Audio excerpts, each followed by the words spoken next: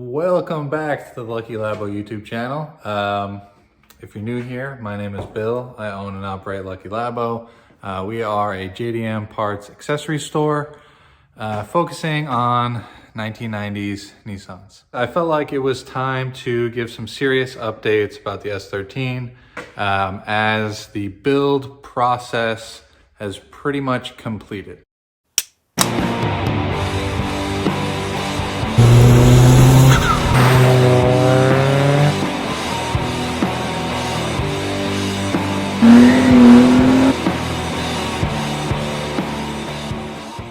I definitely feel like we've come to the point where the car is finished. The SR setup is dialed in. Aesthetically, it's where I want it to be. Interior wise, we're all set. So let me show you around the car a little bit. So let's start with the engine bay.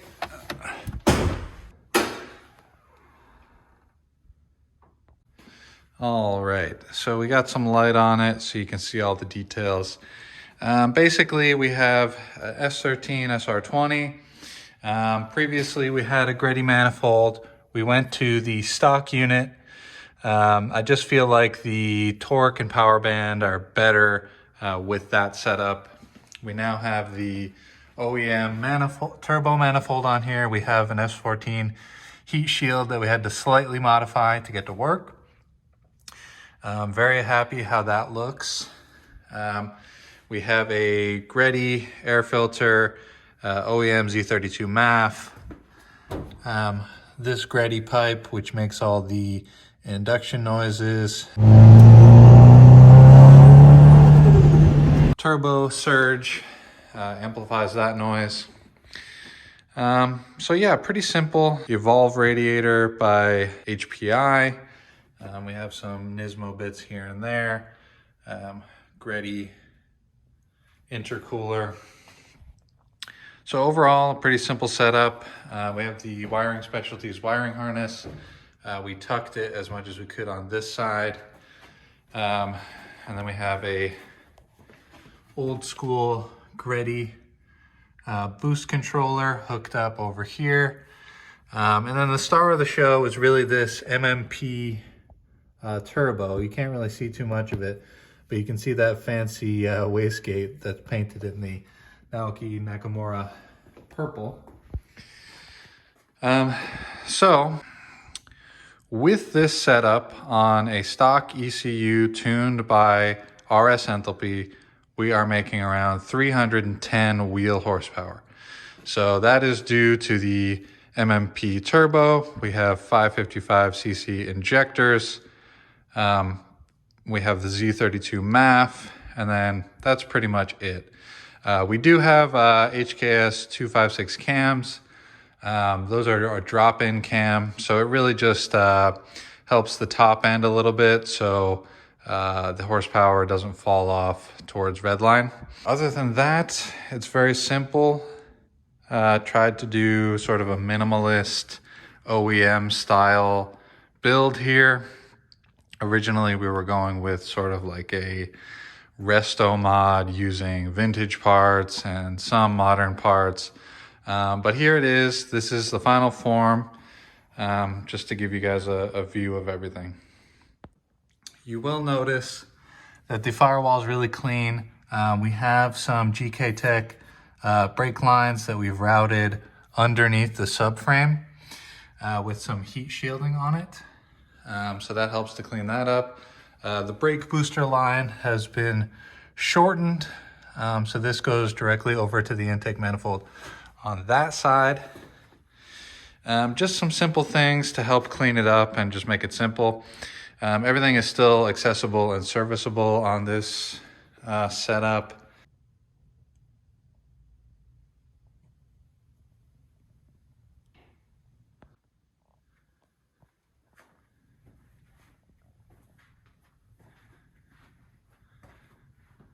Moving on to the interior, we have some S15 B package Spec R seats. So these are blue. The lighting in the garage is a little bit weird, so you can't really tell, but They are a very nice blue in great condition. I got these from my friend Chris. Shout out to Clark. He's the plug for a lot of this rare S chassis stuff. So we have the Yashio Factory Water Temp 1 there. All the gauge cluster works properly, including the water temperature. We actually had to figure out that we needed to use a Ka water temp sensor just to send the right signal to that. We have our signature cup holders, the Lucky Labo cup holders. This is a Greddy mechanical boost gauge. We're boosting at 1.2 bar right now. That's how we have the turbo set up. This is our boost controller.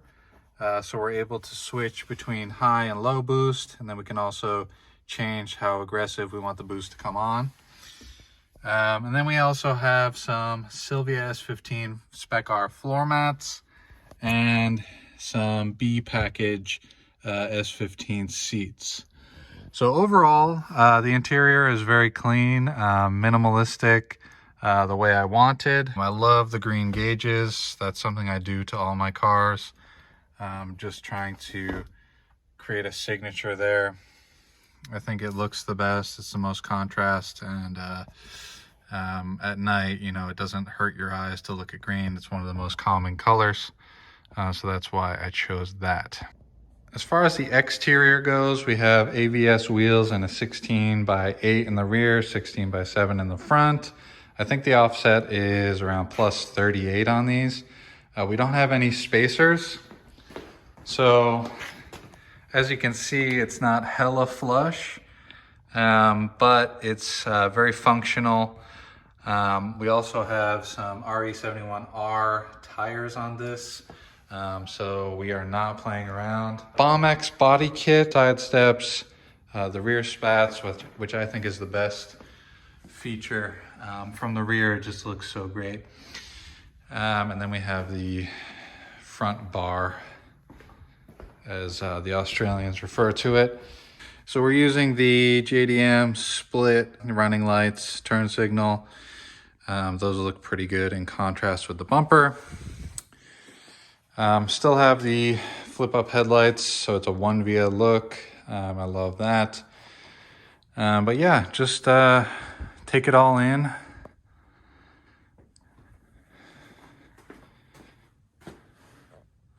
This is, you know, 8 months worth of work paid off here.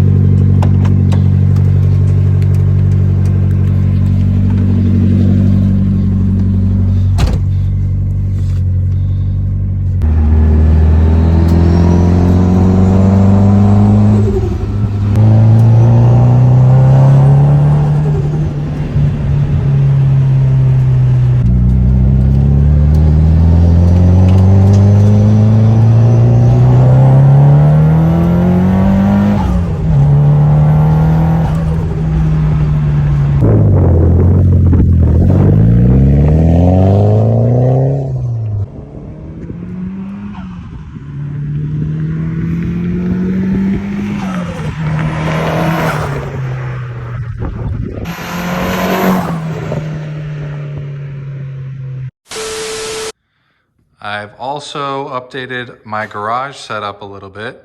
I added this cabinet array here, displaying some of my collection, housing some tools, and yeah, just really excited to have this.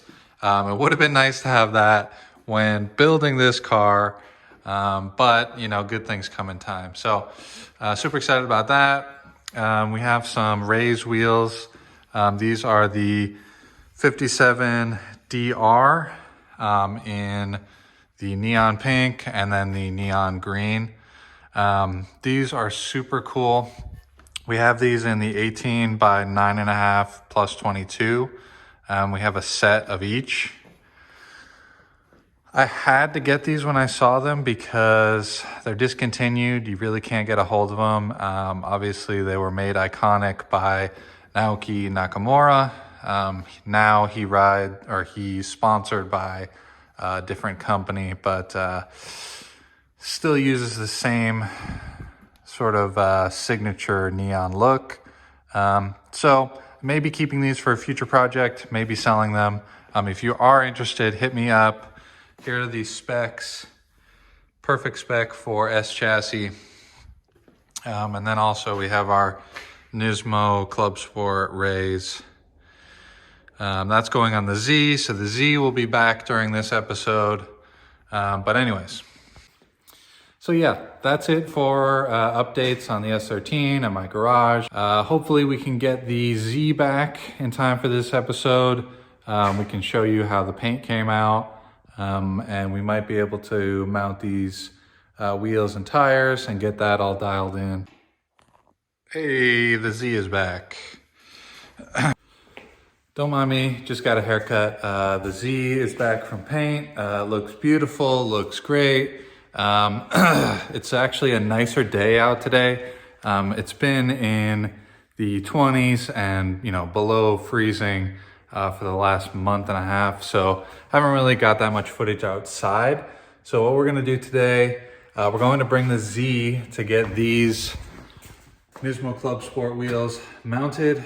We got some Toyo tires. Oh, no, sorry.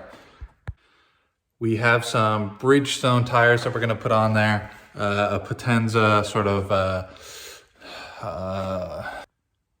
it's not a performance tire, but it's going to be something that's good as a daily driver. It'll last a little bit longer, still have some grip, and will look great on these wheels here. So if you don't know, these are Nismo Clubsport Wheels by Rays. It is a 57 CR special edition. It has the laser engraving on the Nismo logo. It comes with these metal center caps, and they come in sizes specific for Nissans.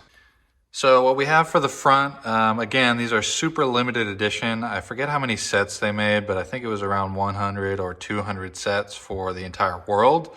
So the rear, we have 18.9.5 plus 38. Not the best size for a 350Z on the front. I would have preferred a plus 22 or a plus 12, but again, we're trying to source something that's super rare. But for the rear we have, and that's what we have up here, is a 18 by 10.5 plus 22. So these are going to fill out the rear wheel wells quite well. It'll be quite flush, especially when compared to the stock wheels that come on the Z. And we do have spacers for the front if we do need that. It's kind of awkward to film in here in the garage because it's so tight.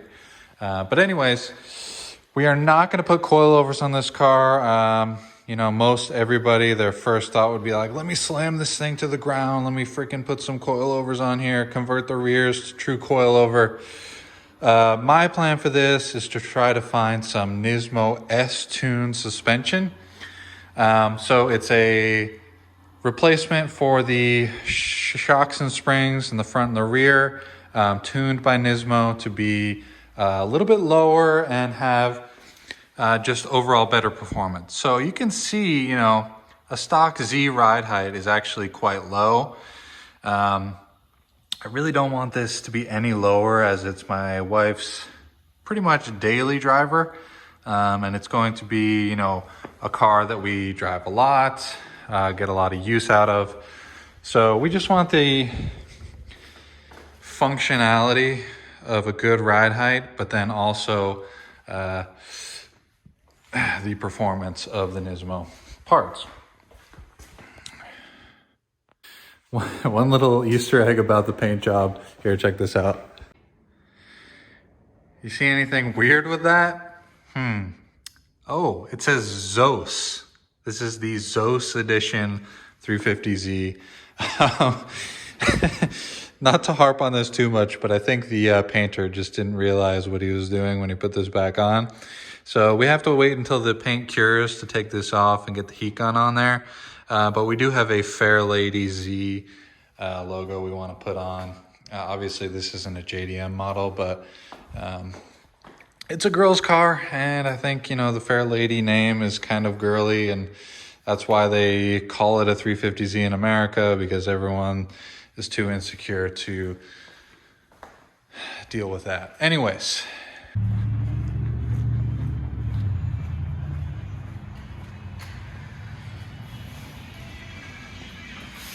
All right, so the rear wheels are on. So we went with a Bridgestone. It looks like RE98A plus. All season tire. Didn't go like super performance on this since it's a daily. We have the rears on. Fronts are here.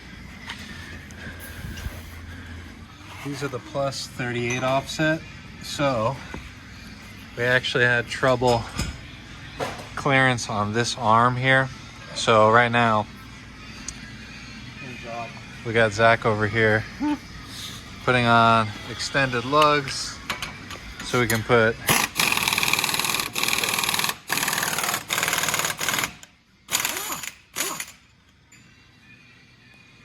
paint. Looks pretty good.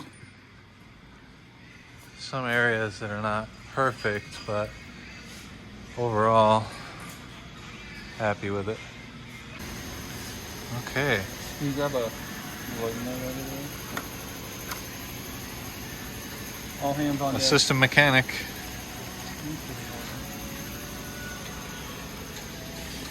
So we have clearance on the inside now. All right, so the front and rear wheels are on.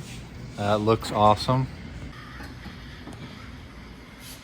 So just for specs, we have 18, 10.5, plus 22 on the rear. And then we have 18 by 9.5 plus 38 with a 15 mil spacer. Effectively a plus 23 offset. Yeah, plus 23, so it's pretty much what it should have been if they had the plus 22 wheels in stock, but get this puppy on the ground here soon and see how they fit. Coming down. Let's see the fitment on this puppy.